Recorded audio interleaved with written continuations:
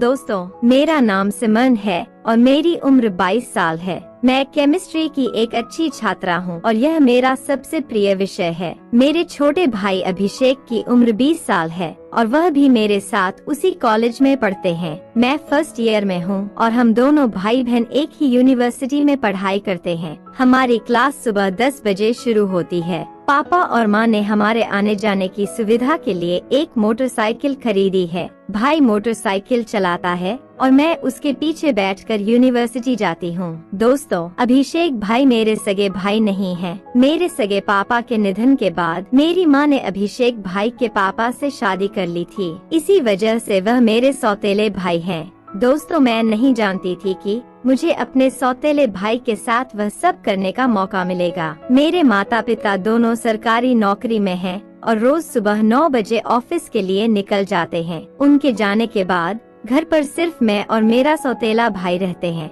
हमारे घर में एक ही कॉमन बाथरूम है, इसलिए पहले मैं नहाकर तैयार होती हूँ और फिर मेरा भाई नहाने जाता है। हर दिन की हमारी दिनचर्या बिल्कुल तय होती है। मैं और मेरा भाई नहा धोकर तैयार होते हैं और यूनिवर्सिटी के लिए निकल जाते हैं। दिन भर की पढ़ाई के बाद हम दोनों लगभग 4 बजे घर वापस आ जाते हैं। घर का गेट लॉक रहता है और चाबी हम सबके पास होती है। शाम को करीब 5 बजे पापा और मम्मी ऑफिस से लौट आते हैं। ऐसा ही एक दिन था जब सब कुछ सामान्य लग रहा था, लेकिन उस दिन एक ऐसी घटना घटी जिसने मेरी जिंदगी को पूरी तरह बदल कर रख दिया। अब इसे एक्सीडेंटल समझ लो या जानबूझकर, हर दिन की तरह मम्मी, पापा, भाई और मैंने साथ में नाश्ता किया। नाश्ते के बाद मम्मी और पापा ऑफिस के लिए तैयार होकर चले गए। उनके जाने के कुछ समय बाद मैं नहाने के लिए बाथरूम में गई और दरवाजा बंद कर लिया। जैसे ही मैंने अपने कपड़े उतारकर साइड में रखने की कोशिश की, मुझे बाथरूम के दरवाजे के नीचे से एक परछाई सी दिखी।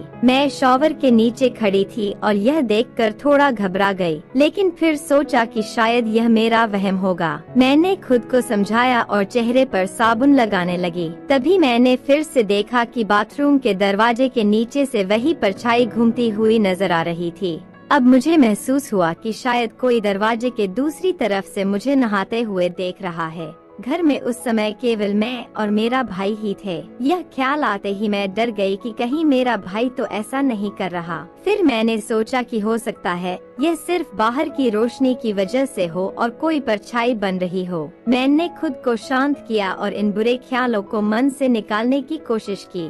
शावर चालू कर लिया और नहा धोकर जल्दी से बाहर आकर अपने कपड़े पहन लिए। जैसे ही मैंने अपना दुपट्टा उठाया, मैंने दरवाजे के नीचे से एक परछाई को हिलते हुए देखा। इस परछाई ने मेरे शक को और भी गहरा कर दिया। मैंने खुद को संभाला और नहाने के बाद अपने कमरे में आकर तैयार होने लगी। कुछ देर बाद मेरा भाई भी तैयार हो गया और मुझे यूनिवर्सिटी ले जाने के लिए बुलाने लगा। हम दोनों ने घर का दरवाजा बंद किया और यूनिवर्सिटी के लिए निकल पड़े।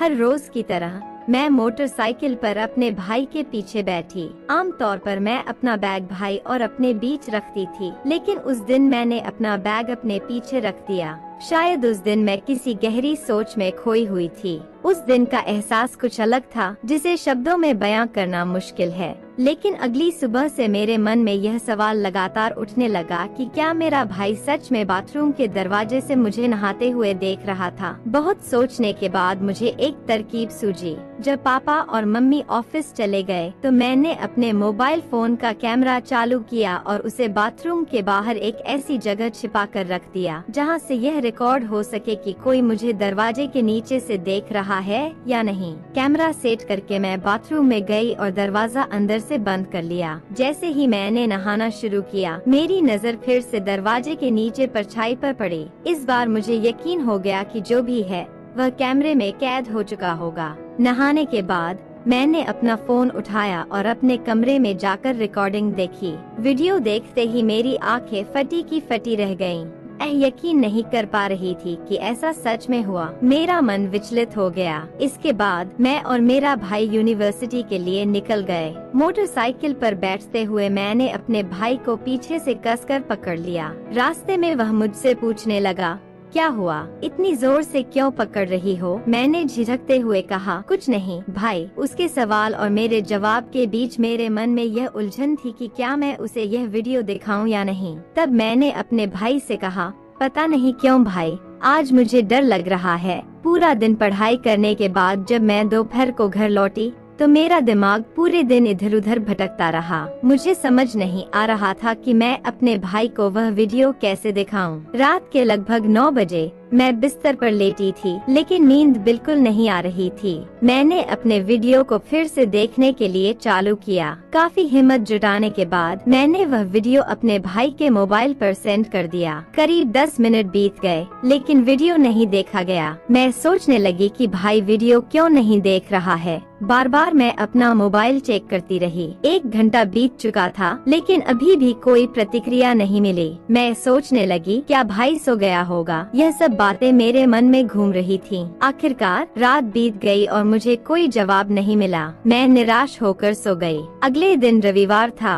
रविवार होने के कारण मम्मी, पापा, भाई और मैं सब घर पर ही थे। हमने साथ में नाश्ता किया। नाश्ते के दौरान मैंने भाई में कोई बदलाव नहीं देखा। इसका मतलब था कि भाई ने अभी तक मेरा वीडियो नहीं देखा था। सुबह 10 बजे मैं अपने कमरे में बैठी थी। अचानक मेरे मोबाइल पर एक मैसेज आया। मैंने फोन उठाकर देखा तो पाया कि वह मेरे भाई का मैसेज था। भाई का मैसेज देखकर मेरी धड़कनें तेज हो गईं। मुझे समझ आ गया कि भाई ने मेरा वीडियो देख लिया था।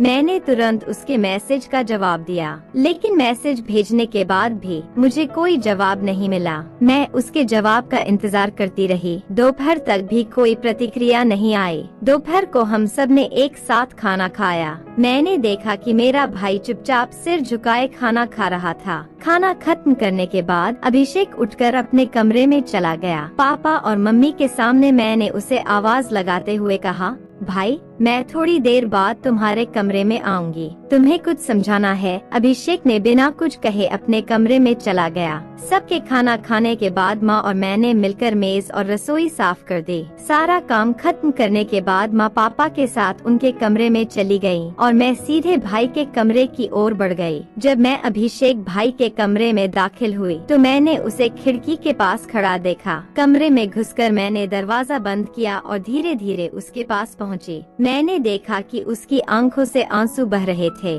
भाई ने मेरी ओर देखा और धीमे स्वर में कहा, सॉरी। शायद वह अंदर ही अंदर बहुत बुरा महसूस कर रहा था। उसकी हालत देखकर मेरा दिल भर आया। मैं उसे इस तरह परेशान नहीं देख सकती थी, इसलिए मैंने आगे बढ़कर उसे गले लगा लिया। मैंने धीरे से उसके कान में कहा, भाई इस उम्र में ऐसी गलतियां हो जाती हैं, कोई बात नहीं। वैसे भी हम कौन से सगे भाई बहन हैं। मेरी बात सुनकर अभिषेक भाई ने हैरानी से मेरी ओर देखा और गंभीरता से कहा, लेकिन हम भाई बहन तो हैं, हमें अपनी मर्यादा नहीं भूलनी चाहिए। मैंने उसकी बात सुनकर हल्का सा मुस्कुराते हुए चिढ़ाते हुए कहा, ओहो, अब मर्यादा याद आ रही है। तब याद नहीं आया जब मुझे नहाते हुए देख रहे थे, तब कहाँ गई थी तुम्हारी मर्यादा? फिर मैंने उसकी ओर देखते हुए कहा, इसकी चिंता मत करो भाई, तुम हमेशा मेरे छोटा भाई ही रहोगे और मैं हमेशा तुम्हारी प्यारी बारी बहन। मैंने मुस्कुराते हुए एक आंख दबाते हुए अपने भाई से कहा, भाई एक बार ट्राई करने में क्या जाता है, मैं कल शाम को तुम्हारा इंतजार करूंगी। इतना कहकर मैं उसके कमरे से बाहर आ गई। वह बस मुझे हैरानी से देखता रह गया। उस रात जब हम सब खाने की मेज पर बैठे थे, मेरे पापा और मम्मी के सामने मेरे भाई ने कहा, कल यूनिवर्सिटी में किसी खेल का आयोजन हो रहा है, इसलिए मैं कल यूनिवर्सिटी नहीं जाऊंगा। यह सुनकर मेरी मम्मी ने कहा, फिर तो सिमरन को भी जाने की जरूरत नहीं है। पापा ने पूछा, अभिषेक तुम्हें किसी खेल में दिलचस्पी नहीं है क्या? अभिषेक भाई ने कहा, जी पापा, मुझे बैडमिंटन में रुचि है, लेकिन वहाँ बैडमिंटन का आयोजन नहीं हो रहा। वहाँ कुछ छोटे स्कूलों के खिलाड़ी अपनी प्रैक्टिस के लिए आए हैं। पापा ने जवाब दिया, तो ठीक है, फिर कल तुम दोनों ही घर पर रहना। मैंने अभिषेक भाई की ओर देखा और हल्की सी मुस्कान दी।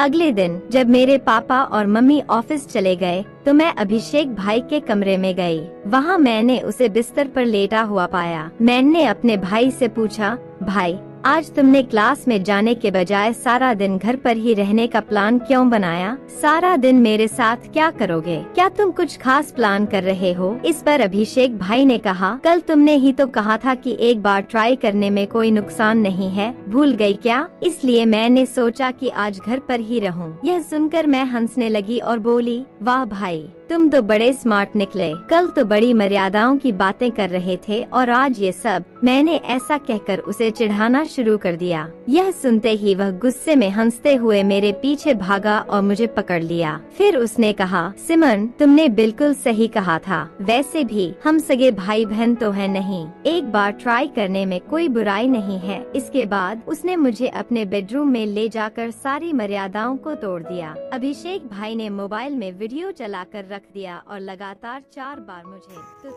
तो दोस्तों, कैसी लगी मेरी ये कहानी? अगर मेरी ये कहानी आपको अच्छी लगी तो कमेंट सेक्शन में जरूर बताइएगा और ऐसी ही कहानी और सुनने के लिए मेरे चैनल भाभी की कहानी को सब्सक्राइब करें। फिर मिलूंगी एक नई और कहानी के साथ, तब तक के लिए बाय।